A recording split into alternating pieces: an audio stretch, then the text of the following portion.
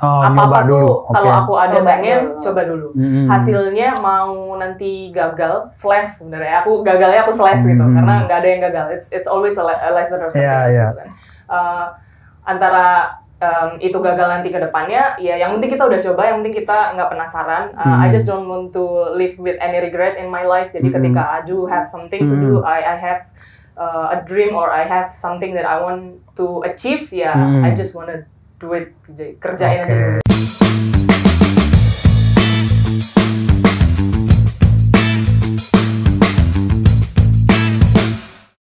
Hai, welcome back to LRtizen Podcast. Bersama saya Deborah. Saya Doni. Seneng banget karena hari ini kita akan membahas sesuatu yang spesial di bulan Oktober nih. Ya. Tahu nggak ada apa? Oke, di bulan Oktober ini tentu saja teman-teman udah tahu ada Hari Sumpah Pemuda. Jangan ngaku anak muda kalau nggak tahu 28 Oktober Sumpah Pemuda gitu ya. Dan hari ini kita sudah kedatangan tamu spesial, cantik ya kan? Jago nyanyi juga nggak ya? Kira-kira mirip nih. Oh iya. Bisa. Jago dance juga.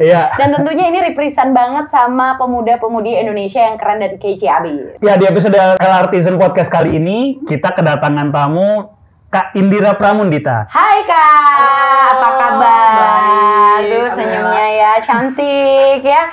Seneng banget nih, dan Kak Indira ini selaku co-founder Rasa Arsitektura. Oke, dan Loma.id. Nah, boleh ceritain sedikit nggak Kak? Gimana ceritanya bisa mengembangkan bisnis ini dan apa sih kegiatannya sehari-hari Kak? Kalau misalnya kegiatan, aku sih belakangan ini bersyukur dikasih kesempatan untuk bisa berkarya dan berkontribusi tentunya ya di sebagai co-founder, salah satu co-founder dan sebagai arsitek juga di Rasa Arsitektura. Kalau misalnya arsitek keren banget ya. Iya, arsitek dan bersama juga dengan 2 rekan yang lain. Jadi aku partneran. Oh, partneran. Aku partneran. Aku bertiga sama rekan aku ya, Soa dan Sela. Kalau kegiatan sehari-harinya ya mostly bekerja ya. Seperti LRtizen yang lainnya. Seperti saya dan Doni pastinya. Gitu. Jadi kerja, desain, kita ngobrol, kita ketemu dengan klien, kita berdiskusi tentang kemana bisnis ini akan berjalan dan sebagainya. Oke.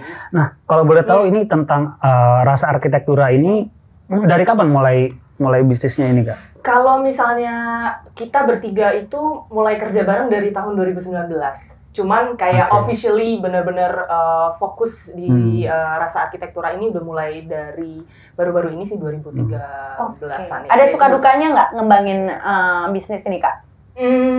Iya, karena kalau sukanya karena kebetulan kami bertiga itu cukup satu frekuensi ya. Kita satu frekuensi nggak? Iya. Kita bertiga satu frekuensi. Oke. Betul. Kita 3D gitu kan.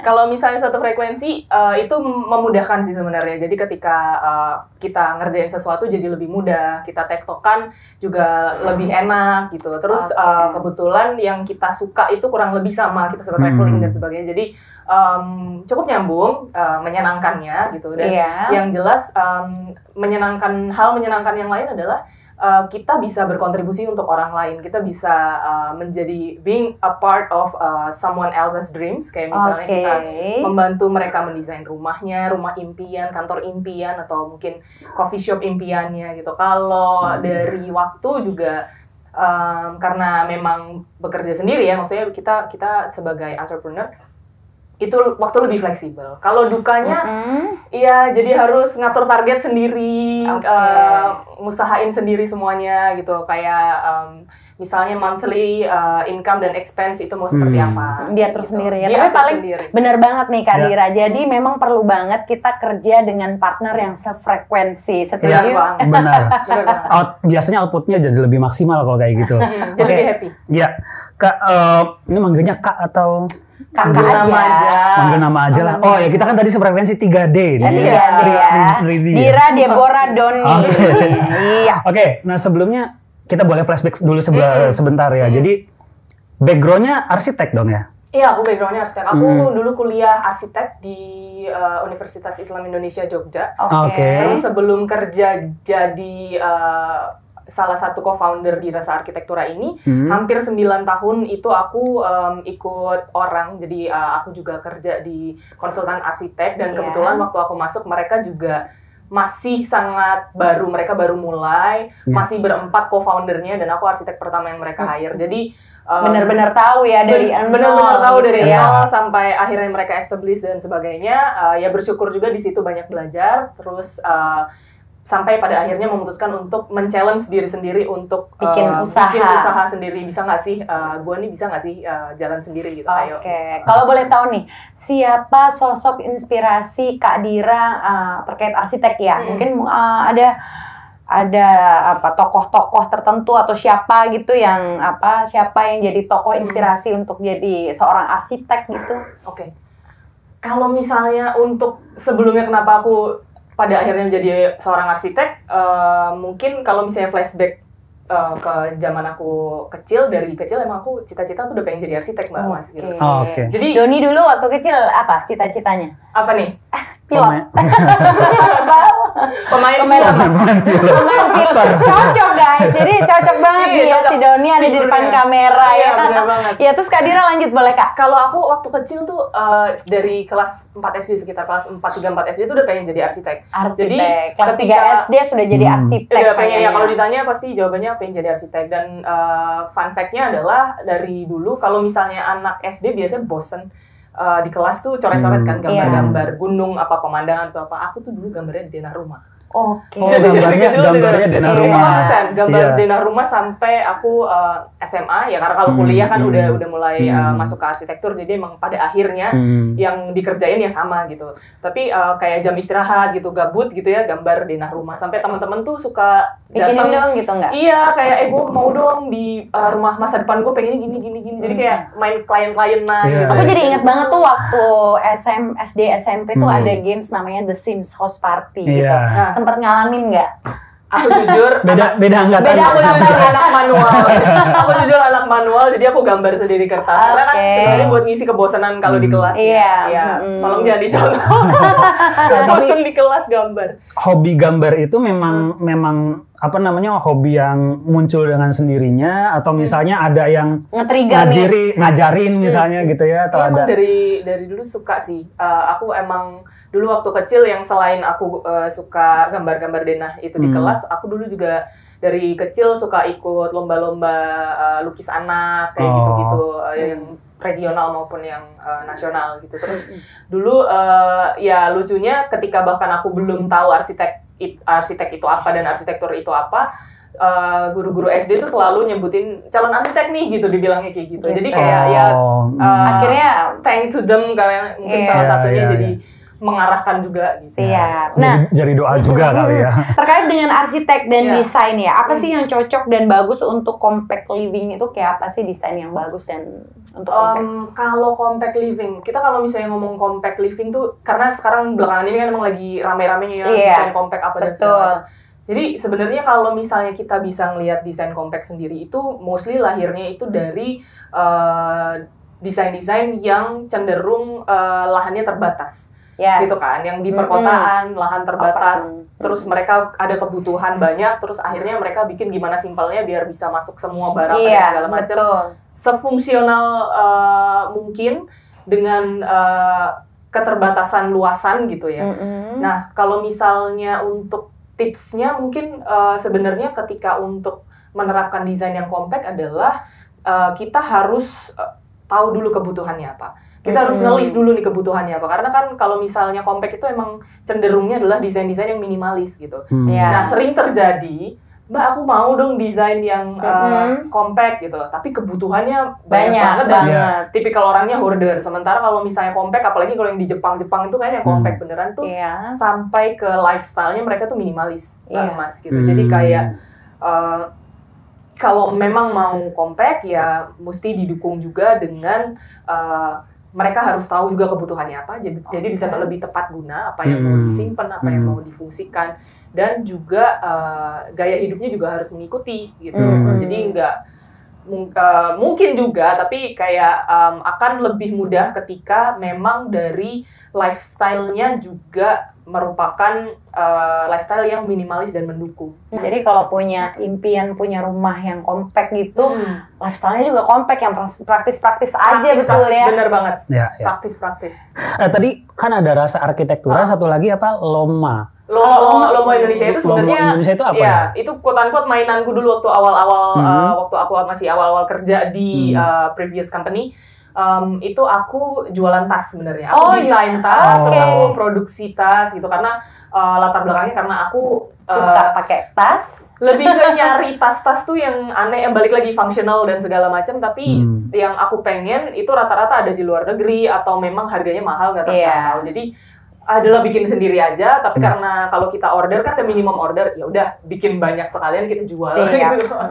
Oke, di tengah-tengah kesibukan nih Kak, ini kan lagi Sumpah Pemuda, terus kita lihat nih Gen Z sekarang tuh kan mulai cenderung yang pengen healing.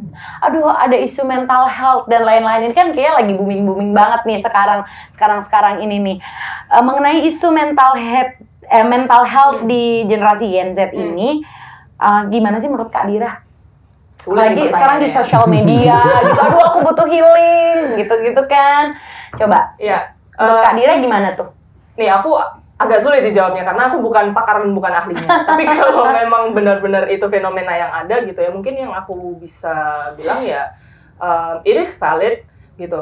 Kalau misalnya belakangan ini generasi sekarang ini khususnya ya banyak yang mengalami mental health issue dan sebagainya. Yang nggak bisa dipungkiri juga kita ngelihat ya the world these days itu kayak gimana sih gitu. Percepatan dan perkembangan teknologinya benar-benar yang kayak fast banget gitu. Iya betul. Segala macam update informasi ilmu pengetahuan itu hitungannya udah bukan hari, bukan jam, itu benar-benar second millisecond. Iya betul. Sementara mungkin kita sebagai manusia gitu baru memproses nih ada informasi yang A gitu kan. Iya. Belum selesai udah ditambahin yang B, C gitu. Itu juga bikin kita makin tertekan, makin overwhelmed. Iya, terus ekspektasi orang ketika menghadapi fenomena kayak gitu juga kayak ekspektasi orang jadi maunya semuanya harus satset gitu kan.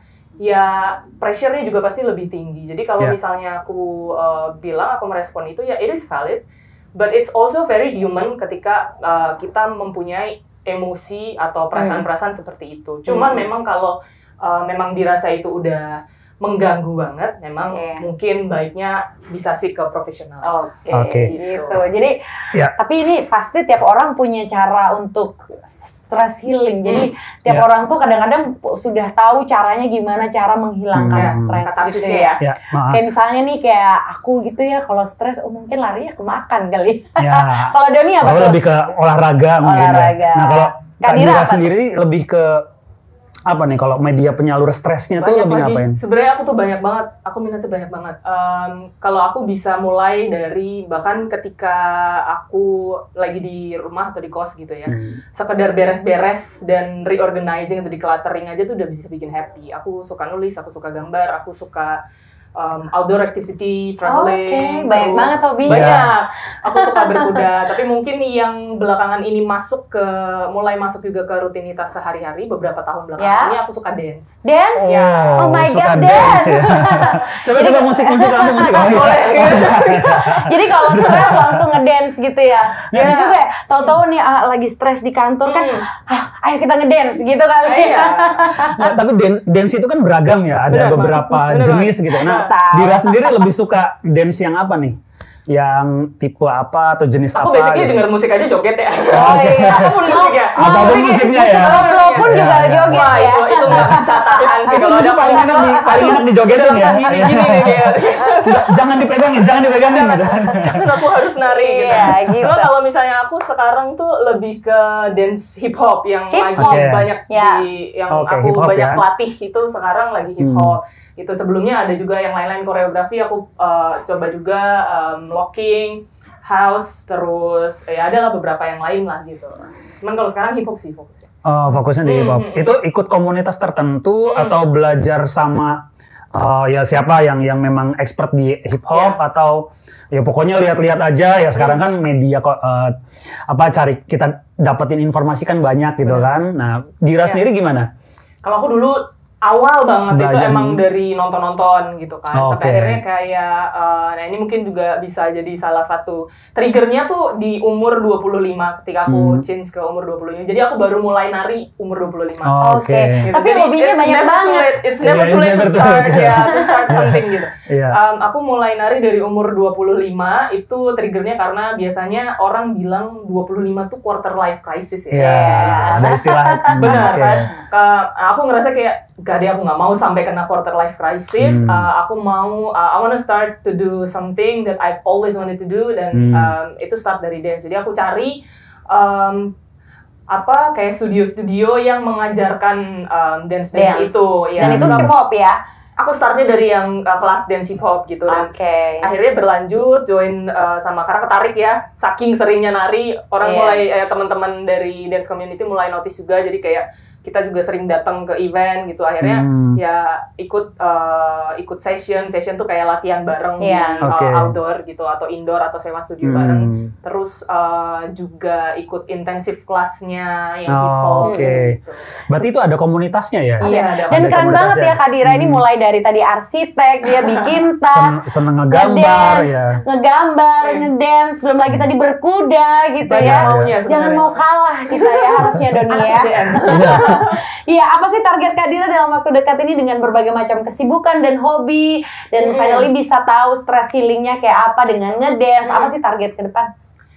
Kalau target ke depan, kalau misalnya untuk dirasa ya, hopefully mohon doanya, semoga bisnisnya berjalan lancar. Amin. Kita bisa berkontribusi lebih banyak lagi untuk ke orang-orang, ke orang di sekitar, lingkungan sekitar, atau mungkin nanti kalau bisa lebih luas lagi gitu ya, mungkin ke dunia gitu ya. Kalau misalnya untuk dance-nya sendiri target ya just getting better every day aja sih. Aku belakangan ini nggak yang gimana target besar atau I try to start small setiap hari.